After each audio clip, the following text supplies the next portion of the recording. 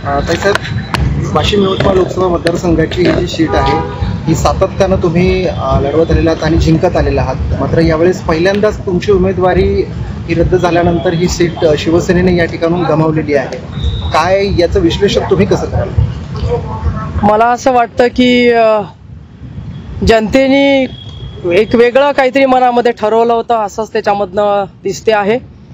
आणि या संपूर्ण वाशिम यवतमाळ लोकसभा मतदारसंघाची जनता ही 25 वर्षापासून मला खासदार म्हणून बघते. मी केलेली कामं असतील, माझा असणारा संपर्क असेल, माझे असणारे जिव्हाळ्याचे प्रेमाचे संबंध असतील, म्हणून मी 25 वर्ष या ठिकाणी शिवसेनेची सक्षमपणाने धुरा सांभाळत आली. आणि आज महाराष्ट्रामध्ये जे काही चित्र निर्माण झालं किंवा आपण जे रिझल्ट पाहतो त्याच्यातलाच हा एक भाग असू शकतो असं मला वाटतं.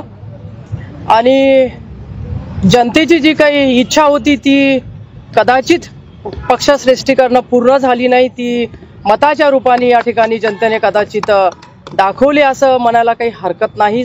आणि कधी कधी सत्य हे कटू असतं पण ते बोललं पाहिजे. आणि मला असं वाटतं की या ठिकाणी ज्या पद्धतीने सर्वसामान्य माणसाच्या जनतेच्या लोकांच्या मनामध्ये मी होते आणि जो विश्वास माझ्यावरती त्यांनी 25 वर्षापासून दाखवला, खरोखर मी त्यांची मनातून आभारी आहेच. परंतु आदरणीय एकनाथजी शिंदे साहेब असतील किंवा आमचा पक्ष असेल, त्यांच्यावरती सुद्धा वेगवेगळ्या मार्गांनी प्रेशर हे होतंच असं म्हणायला काही हरकत नाही. आणि दुसरी गोष्ट अशी आहे की खुद्द जे हेमंत पाटील आहे त्यांनी सुद्धा मान्य केलं होतं की ही स्क्रिप्ट लिहिल्या गेलेली आहे. आणि म्हणून मला असं वाटतं की बऱ्याच वेळेला अशा जेव्हा स्क्रिप्ट लिहिल्या जातात तेव्हा त्या पक्षाच्या हिताच्या नसतात. कदाचित आदरणीय आमचे मुख्यमंत्री साहेब यांची तळमळ होती मला मत या ठिकाणी उमेदवारी देण्याची, परंतु अनेक फॅक्टर त्याच्यामध्ये झालेत असं मला दिसते.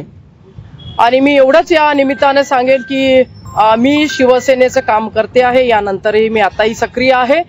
मी या ठिकाणी शिवसेनेची दोन्ही जिल्ह्यात नाही तर या विदर्भातल्या किमान 4-5 जिल्ह्यामध्ये सक्षमतेने ही धुरा सांभाळण्याचं काम एक शिवसेनेची नेत्या म्हणून या ठिकाणी मी केल्याशिवाय राहणार नाही. परत एकदा शिवसेनेला चांगलं बळ देण्यासाठी मी या ठिकाणी काम करेल. आणि निश्चितच मी जे काही कर्तृत्व केलेलं आहे आणि मी जे काही लढलेली आहे, अर्थात या सगळ्या भावांच्या भरोशावरती शिवसैनिक म्हणून मी काम करते आणि हे सगळे भाऊ म्हणून मला साथ देत आहेत. जरी घरामधलं माझं स्वतःच्या कोणी मोठं नसेल, वडील नसतील, भाऊ नसतील, तरी वडील आणि भावांचं जे काही प्रेम मला या सगळ्यांकडनं मिळालं ते फार महत्त्वाचं आहे. आणि त्याच एका प्रेरणेने परत एकदा मतदारसंघामध्ये मी काम करेल. जरी राजकीय गणित या ठिकाणी काही महाराष्ट्राचे निर्माण झाले असतील तरी हार जीत ही असतेच. शेवटी आपण एका उच्च पदावरती गेल्यानंतर कालांतराने काही गोष्टी बदलत असतात, त्या स्वीकार आपण केल्याच पाहिजेत. आणि त्या स्वीकार करून आम्ही लढलेलो आहोत. आणि शिवसेना ज्या काळामध्ये माझ्या वडिलांनी या ठिकाणी उभी केली त्या काळामध्ये तर शिवसैनिक धरून बांधून गावागावामध्ये स्वतःच्या गाड्या, स्वतःचे ट्रॅक्टर, स्वतःची लोक नेऊन शाखा ओपन केल्या. त्या काळामध्ये संपूर्ण काँग्रेस या विदर्भामध्ये या जिल्ह्यामध्ये होती. त्या काळामध्ये माझ्या वडिलांनी काम केलं.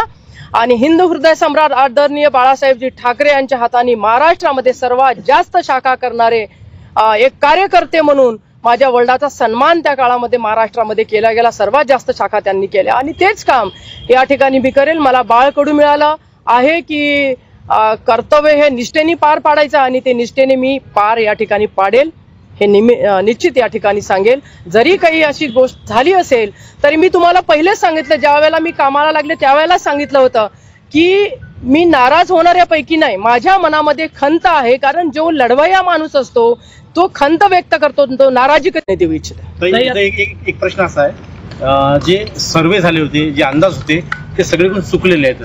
नवीन उमेदवार द्या अशी मागणी आपल्याच पक्षातील काही लोकांनी केली किंवा सहकारी पक्षातील लोकांनी केली.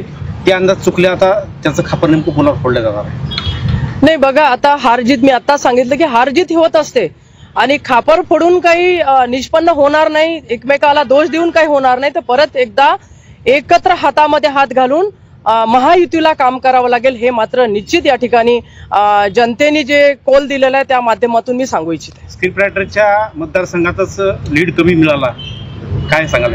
हा बघा, आता प्रश्न असा आहे की त्यावर ते निश्चित आदरणीय आमचे मुख्य नेते एकनाथजी शिंदे साहेब, मुख्यमंत्री साहेब चिंतन करतील. आदरणीय देवेंद्रजी साहेब सुद्धा त्या गोष्टीवर ते चिंतन करतील असा विश्वास मला ठाम आहे. कारण ठामपणाने 25 वर्षापासून नाही 30 वर्षापासून या ठिकाणी शिवसेनेची भक्कमपणाने जबाबदारी सांभाळण्याचं काम या भागाची खासदार म्हणून मी केलेलं आहे. तरी आता सध्या जे केंद्रात सरकार स्थापन होणार आणि नंतर राज्यातही मंत्रिमंडळाचा विस्तार होणार, त्यावेळेस आपला नंबर लागणार असं चर्चा आहे. आपलं काय? माझं काम जर चांगलं असेल आणि माझ्या कामाची जर निश्चित माझ्या मुख्य नेत्यांनी दखल घेतली तर या भागामध्ये यापेक्षाही चांगलं काम मी करून दाखवेन. थँक्यू.